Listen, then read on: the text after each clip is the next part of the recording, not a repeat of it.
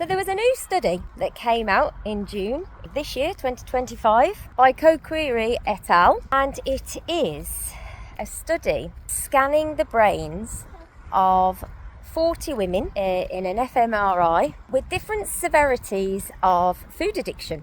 And they found that those with a higher severity of ultra-processed food addiction had lower activity in the prefrontal cortex. Now, the prefrontal cortex is pretty important. It helps us make rational decisions. So somebody with quite a good prefrontal cortex may go to the doctors and get told, oh, you're on the verge of diabetes.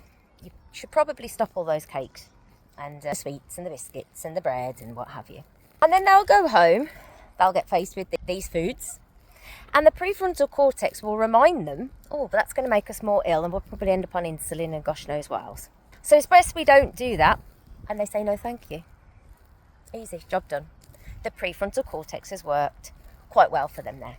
Now, for those with ultra-processed food addiction, that part of the brain's not working as good. And it doesn't speak loud enough. If somebody had pre-diabetes and ultra-processed food addiction, and the doctor said to them, cut down on all the cakes and the biscuits and the sweets and the bread and these ultra-processed foods, they would then go out and somebody would offer them, or they'd have it in the house, and that message won't come through. It's not speaking loud. It might be there, just slightly. Oh, I shouldn't, but never mind. I'm going to have it anyway. It's like a neon sign to them every time that somebody with ultra-processed food addiction sees an advert, hears a package being opened. It sounds like crisps. I know I'm like that. They smell the food. They have to handle it to pass it to somebody else. All of these light up like neon signs in their brain. I must have now. Think Homer Simpson in practically every episode. He just can't stop. And it's like that. Now, why is this study particularly important? Well, usually what I get told when I start talking about brain changes is that there's not enough evidence to suggest that this is happening in humans. It's all rodent studies and things like that.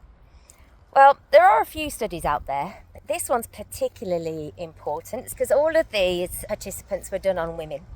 And the majority of the people I see with food addiction are women.